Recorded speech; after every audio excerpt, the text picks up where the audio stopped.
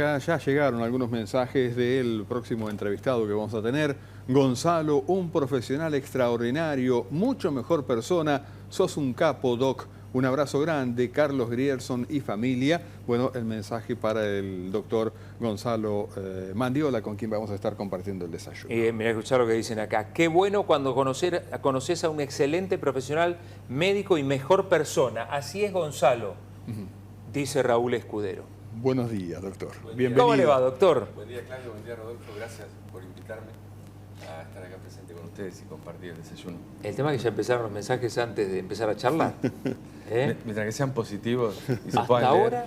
hasta ahora, vamos a presentar el desayuno que hoy es con el doctor Gonzalo Mandiola, médico oncólogo, el desayuno de Mini Sweeties. Te recordamos que mañana Mini Sweeties está abierto hasta las 14, ¿eh? No hiciste el pedido, apurate. Vas a encontrar ahí en Fuerte Independencia y Constitución, bueno, todo lo que es lo dulce para esta Nochebuena o para la Navidad. No sabes, vas a quedar de primera si llevas, por ejemplo, Mini Sweeties. Una bandejita de 30 Mini Sweeties. Ahí tenés todas las variedades. Nosotros acá tenemos Mini Sweeties de maracuyá, crema de maracuyá y frutilla. Sí, señor. Y después tenemos brownie con dulce de leche y nuez. Qué rico que está. Pero en versión mini. Mini, exactamente. Vos podés comprar la torta, la grande. Individuales. O los individuales, que son los Mini Sweeties, que los conseguís en Fuerte Independencia y Constitución. Hoy abierto normal y mañana abierto hasta la hora 14. Para consultas, reservas, el WhatsApp 2494-366320. Ya nos había visitado el doctor Gonzalo Mandiola y la verdad que no nos pudimos extender demasiado, pero hablar de diagnóstico de cáncer es un golpe emocional muy fuerte. Y esto creo que lo sabemos todos, quienes hemos estado cerca de una situación así, o quienes quizá no, pero imaginan qué pasaría si... y acá empieza, ¿no, doctor?, la relación con el paciente cuando, por algún motivo, llega el diagnóstico y el oncólogo se lo tiene que comunicar al paciente. Sí, así es, Claudio. Muchas veces no es el oncólogo directamente el que lo comunica, a veces sí. En algunas ocasiones es el especialista puntual que realizó la biopsia que le hace la devolución del informe, pero me parece que lo importante a destacar de esto es que una vez que el paciente tiene la biopsia que confirma su diagnóstico oncológico, se convierte en lo que los medios llaman normalmente un superviviente o sobreviviente del diagnóstico. Y el concepto de sobreviviente de este tipo de diagnóstico es diferente al de otras situaciones, porque generalmente cuando uno dice esta persona es un sobreviviente de un accidente automovilístico, de una catástrofe militar, se refiere al pasado. En cambio, cuando a alguien le dan el resultado de un diagnóstico oncológico, una biopsia positiva, el término se expresa hacia adelante, hacia el futuro, porque ese paciente empieza a sentirse un superviviente de todo lo que tiene que empezar a pasar. Los laboratorios, los pinchazos, la radioterapia, eventualmente la cirugía, la quimio, posteriormente los controles a futuro. Y un poco como charlamos la última vez, este es un diagnóstico que está acompañado de muchos preconceptos y prejuicios, donde el paciente automáticamente se siente en riesgo de vida cuando le dicen vos tenés cáncer. Y ese riesgo es independiente de la magnitud real que representa la enfermedad para el paciente. ¿Podés repetir eso, por favor? Cuando a un paciente le dan un diagnóstico oncológico, ese paciente lo primero que percibe es riesgo de muerte o riesgo de sufrimiento. Pero la verdad es que ese riesgo es independiente de la magnitud real que le representa a este paciente. ¿Y sabes por qué es esto? Ahora que me lo preguntaste voy a dar la respuesta. Porque los médicos vivimos en el mundo de las probabilidades, ¿sí? Y los pacientes viven en el mundo de las posibilidades. ¿Qué quiere decir esto? Que si yo tengo una paciente, mujer, con un cáncer de mama en un estadio incipiente, donde la tasa de curación es altísima, la paciente lo que está escuchando es que me dice, pero Gonza, ¿pero esto puede volver? Entonces uno le responde, mirá, estadísticamente tenés un 94%, suponiendo un cáncer de mama in situ correctamente operado, posteriormente irradiado, de que esto no vuelva a 10 años. Pero ellos, los pacientes en general, miran la posibilidad de que vuelva. Y realmente es muy difícil. El 6% en lugar del 94% lo de que ven no. como si fuera su 100. Claro. Por eso es muy delicado cuando nosotros los médicos a veces pensamos que cuando damos informaciones estadísticas de baja probabilidad, estamos dando una buena noticia y en realidad eso es en la teoría. En la práctica, cada persona, en función de su fuero íntimo y de sus vivencias pasadas y sus conocimientos del presente, son los que le van a dar el verdadero riesgo a eso que está pasando, ¿sí? Eso me parece que es muy importante, ¿sí? Tratar de entender y de desmistificar un poco este riesgo de vida que tiene asociado esta enfermedad, ¿sí? Quizás la enfermedad que más, bueno, podemos llegar a vincular más directamente con la palabra miedo, ¿no? Cáncer. Exactamente, eso es un poquito lo que charlamos sobre cuando esta escritora que yo mencioné, que había sido una mujer que había tenido un cáncer de mama, sobrevivió, un cáncer de útero, sobrevivió y finalmente escribió un libro que se llamaba De la enfermedad y sus metáforas, que comparaba el cáncer con la tuberculosis, hablando de que la tuberculosis era la enfermedad de arquetipo al que todos le teníamos miedo en el siglo XIX y a partir del siglo XX fue el cáncer. Y como comentamos, en el siglo XXI tuvimos un paréntesis de esto con el COVID, que era a lo que todos temíamos, superado el COVID, al igual que una vez que se encuentra el tratamiento de la tuberculosis, eso ya queda en el pasado, y te diría que en la actualidad sigue siendo el cáncer una de las enfermedades que más se asocia a esto. ¿Sí? Vos hablabas del paciente, ¿no? Cuando se le da el diagnóstico. A partir de tu experiencia, ¿cómo reacciona un paciente? Ya sea si alguien ya le dio el diagnóstico antes, que digamos, me da la sensación que desde el momento en que se conoce el diagnóstico hasta que empieza el proceso de curación, que me imagino empieza con la primera charla con el oncólogo, debe ser esas horas, días, lo que sea, pero debe ser lo más difícil para el paciente, ¿no?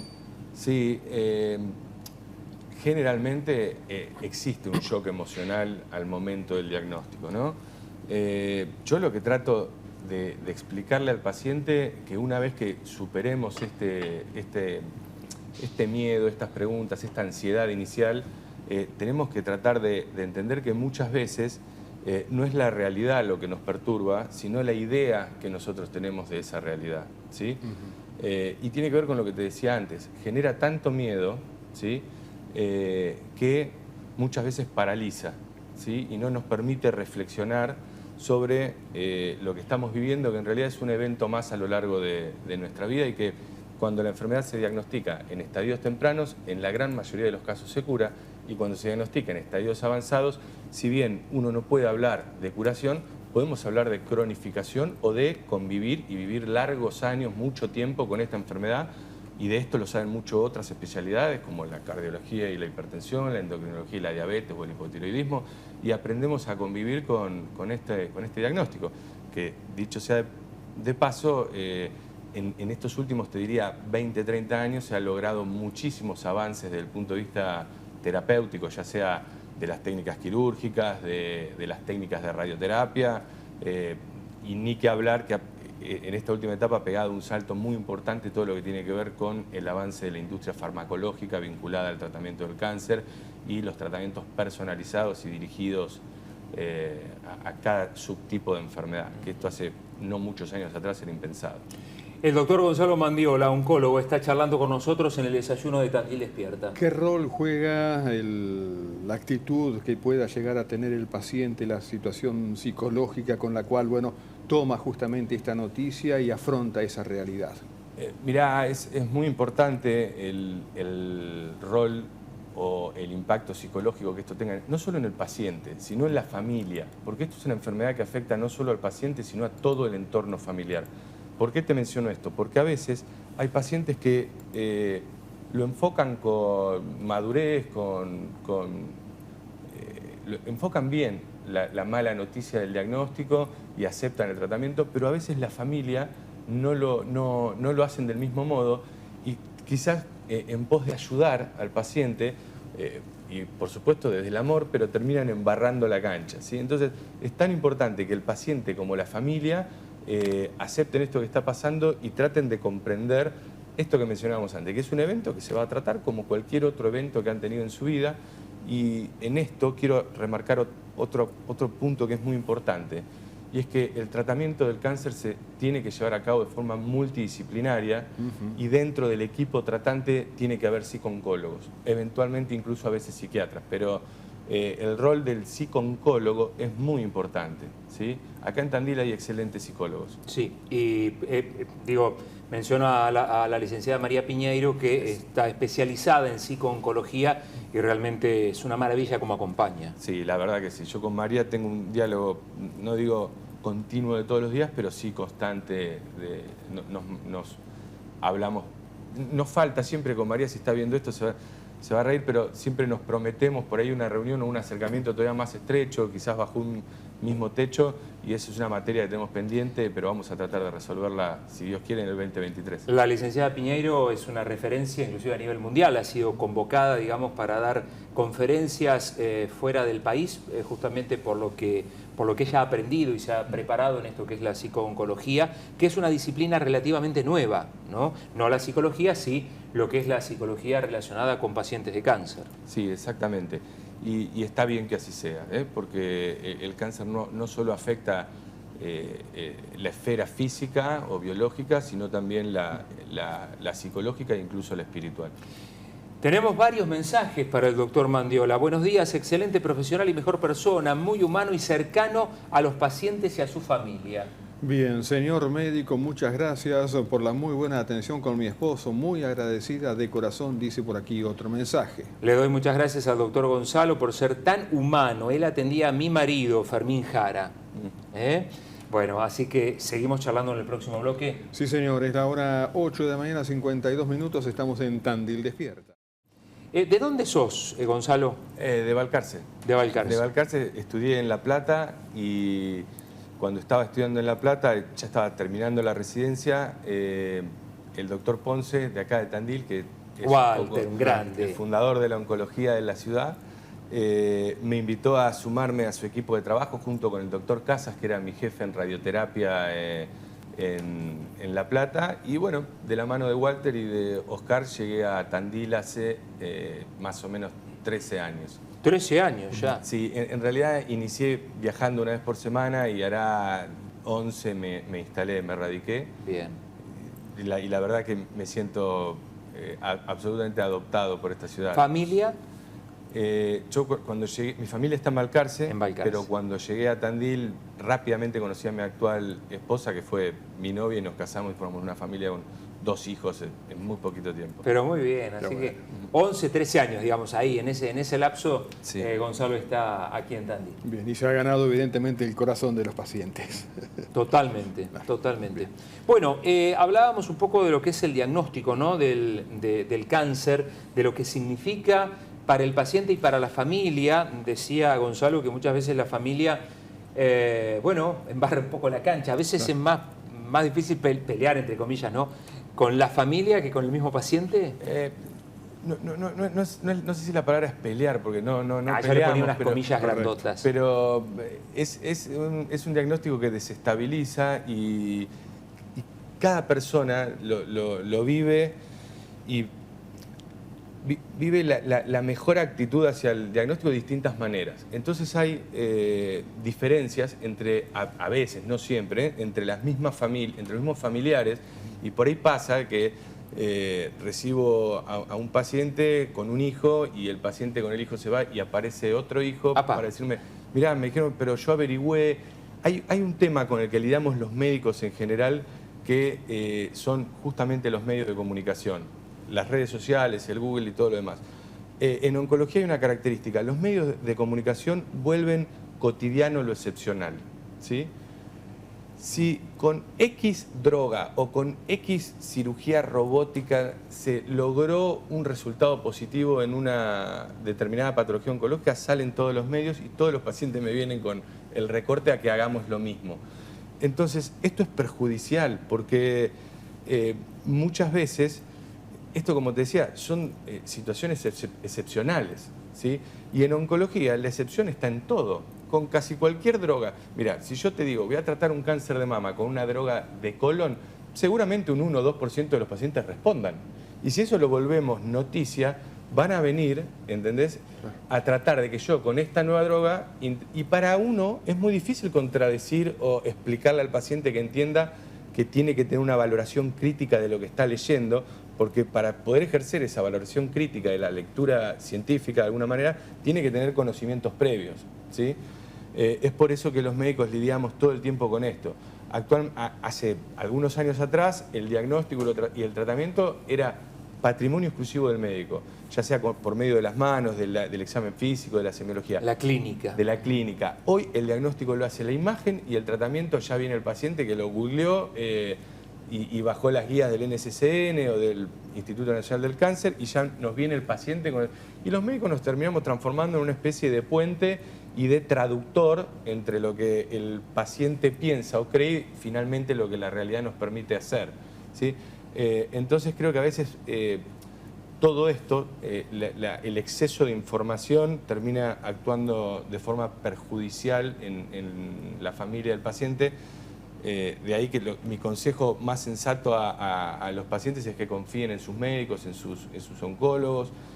Nosotros generalmente cuando tenemos alguna duda o vemos alguna patología poco frecuente, no nos tiembla el pulso para decirle, o por lo menos a mí no me tiembla el pulso, para decir yo no tengo experiencia en tu patología, pero conozco a alguien en el Hospital Roffo de Buenos Aires o en el Hospital Italiano, donde cada médico conoce de dónde viene, algún referente que nos puede ayudar a armar este rompecabezas de la mejor secuenciación terapéutica. El doctor Gonzalo Mandiola está con nosotros, es oncólogo, atiende en los consultorios de Amén, allí muy cerquita de la esquina de Las Heras y 4 de Abril. Exactamente.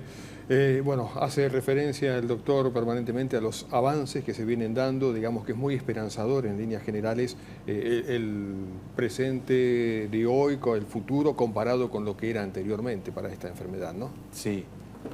Nombraste una palabra que es clave en todo esto, que es esperanza, ¿sí?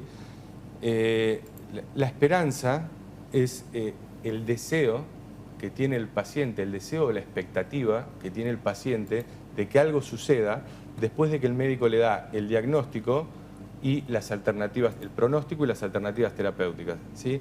Lo importante de esto es que los oncólogos no construyamos esperanzas desmedidas, ¿sí?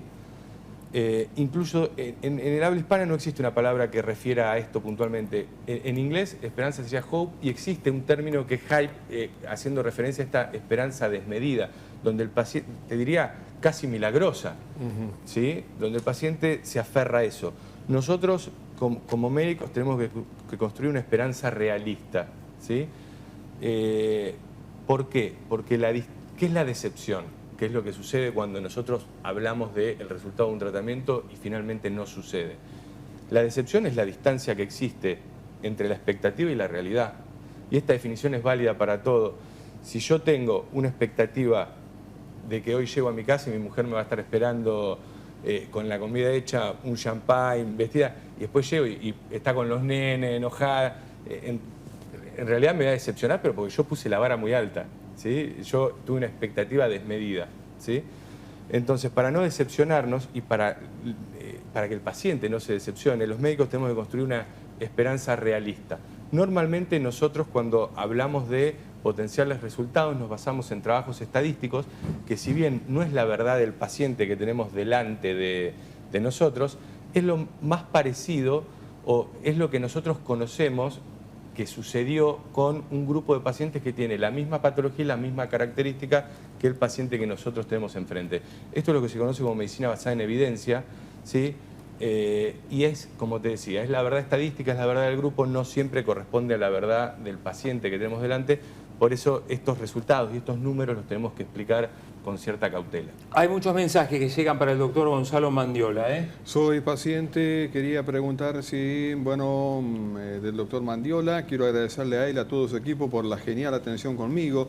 Gracias, felices fiestas para todos, que Dios los bendiga, dicen por aquí. Quería expresar mi agradecimiento a ese ser humano extraordinario que tienen hoy en el desayuno. Fuerte abrazo a Gonza. Gracias, gracias, gracias de parte de Angie. Voy por mi segunda vuelta y este ha sido el gran bastón para mí. Supongo que, este ser, el doctor Mandiola, ha sido un gran bastón para mí. Lo amo, dice Angie sin pudor. Aníbal dice por acá, Gonzalo, un gran médico, gran persona y el equipo muy humano. Gracias, doctor. Muchas felicidades, dice Aníbal. La esposa del doctor Mandiola dice, bueno, no, después lo ven entre ustedes, dice, no me subestimes. Es un chiste, a partir de un ejemplo que dio él. Te va a sorprender, pese a todo. A ver, ya vamos cerrando, pero hablemos un poquito de prevención, doctor Mandiola. Prevención de cáncer, es un tema demasiado amplio. Hagamos solo una introducción y en algún otro momento lo charlamos más en extenso. Bien, mira, en el bloque hablábamos un poquito de prevención y yo te mencionaba que el punto número 1, a ver, vamos un poco más para atrás. Todo acto médico, en última instancia, ¿para qué sirve? ¿Para vivir más o para vivir mejor? ¿Sí? Claro. Todo lo que hagamos que esté vinculado con la medicina, ya sea un estudio preventivo o un tratamiento, el último objetivo que tiene es vivir más o vivir mejor. Por lo tanto, para que una campaña de prevención no falle, primero las personas tenemos que hacer nuestra reflexión personal, porque esto es muy individual, y tenemos que sincerarnos con nosotros mismos y decir, yo quiero vivir más, quiero vivir mejor, porque probablemente si uno, para los principios de cada uno, considera que vivir mejor es fumar o tener ciertos vicios, uno está en todo su derecho a decir, yo prefiero vivir menos, pero de este modo, ¿sí? Por el contrario, hay personas que pueden decir, no, yo quiero vivir más, ¿sí? Y dentro de lo que pueda lo mejor posible, a pesar de que me prive de todos estos placeres, ¿sí? Entonces esto tiene mucho que ver con el fuero íntimo y la idiosincrasia y los valores personales de cada uno. Para armar una campaña de prevención o para poder hablar de prevención es muy importante tener en cuenta cuál es el sentido de nuestra vida, por qué queremos vivir más, ¿sí? O por qué queremos vivir mejor. Hay una frase de Nietzsche que dice, el que tiene un por qué vivir siempre encuentra un cómo, ¿sí? Que la repite Viktor Frankl, que es un escritor que sobrevivió al holocausto nazi continuamente, porque lo que cuenta él de ese periodo es que los que sobrevivieron no siempre fueron los más jóvenes ni los más fuertes, sino los que tenían un sentido de por qué vivir, ¿sí? Y ese sentido es muy personal. Yo tengo pacientes que me han dicho, lo único que quiero ver, aunque a muchos les pueda parecer superficial o banal, quiero ver a la selección, Gonza, quiero llegar a ver a la selección campeón del mundo. Y otros me han dicho, déjame, Gonza, ayúdame a llegar a ver nacer a mi nieta, ¿sí? Entonces, esto es lo que tiene que ver con la prevención. Es fundamental encontrar un sentido, porque después podemos hablar de que el cigarrillo ha matado más personas que todas las guerras juntas de la historia de la humanidad y que es algo realmente catastrófico el rol del cigarrillo en la salud de las personas. Podemos hablar de la importancia de hacer ejercicio, lo cual es una de las, te diría, de las pocas actitudes que demostró beneficio concreto y real. Y digo esto ¿por qué? Porque hay otro capítulo de oncología que si querés algún día hablamos, que es sobre todas las cuestiones alternativas, las medicinas alternativas, las dietas alcalinas, la magnetoterapia. Bueno, hay un montón de cuestiones que a las cuales los pacientes recurren y son reales, pero que por ahí carecen de evidencia científica y hasta a veces son peligrosas, ¿sí? Te diría que de todo lo alternativo a la medicina, lo único que ha demostrado un beneficio o un impacto concreto es la actividad física. Y después los métodos de screening, estos estudios diagnósticos que uno hace para tratar de detectar la enfermedad en su etapa subclínica. Diagnóstico temprano. Exacto. En su etapa subclínica, cuando todavía no dio síntomas, que por excelencia conocemos todos que es la mamografía y la ecografía mamaria en la mujer a partir de los 40, o si tiene antecedentes familiares podríamos pensar un poquito menos, la videocolonoscopía en los familiares, en los pacientes o la gente, la población en general a partir de los 50, si tienen algún antecedente familiar podríamos bajar esto a los 45, el PAP y bueno, el PSA en el hombre también a partir de los 50 años. Doctor Mandiola, gracias. Vamos a seguir charlando en otro momento porque obviamente el tema da para muchísimo, para muchísimo, para muchísimo. ¿Qué hay más mensajes? Buen profesional y una calidad humana hermosa. Un saludo cordial para Gonzalo. Tuve la oportunidad de trabajar con él, dice Laura. Muy bien. Bien. Bueno, muchas gracias a todos los que se van comunicando. Gracias, Gonzalo. La próxima seguimos charlando. Gracias. Un gustazo. Gracias, muy amable. Claudio, por- Quédate un minuto más. Gonzalo Mandiola charlando con nosotros en los consultorios de AMEN. Lo pueden ubicar. La verdad que es un placer charlar con él. La verdad que es un gusto charlar con él. Cerramos el desayuno de Mini Sweeties. Exactamente, hoy hemos estado compartiendo mini sweeties, cosas muy ricas, son mini sweeties de frutilla con maracuyá. maracuyá y Crema de también maracuyá. brownies que hemos compartido. Y bueno, recordamos que mini sweeties está en la esquina de Fuerte, Independencia, Constitución, WhatsApp 2494-366320. Hasta hoy entonces están, bueno, Recibiendo. recibiendo pedidos y mañana atenderán hasta las 14.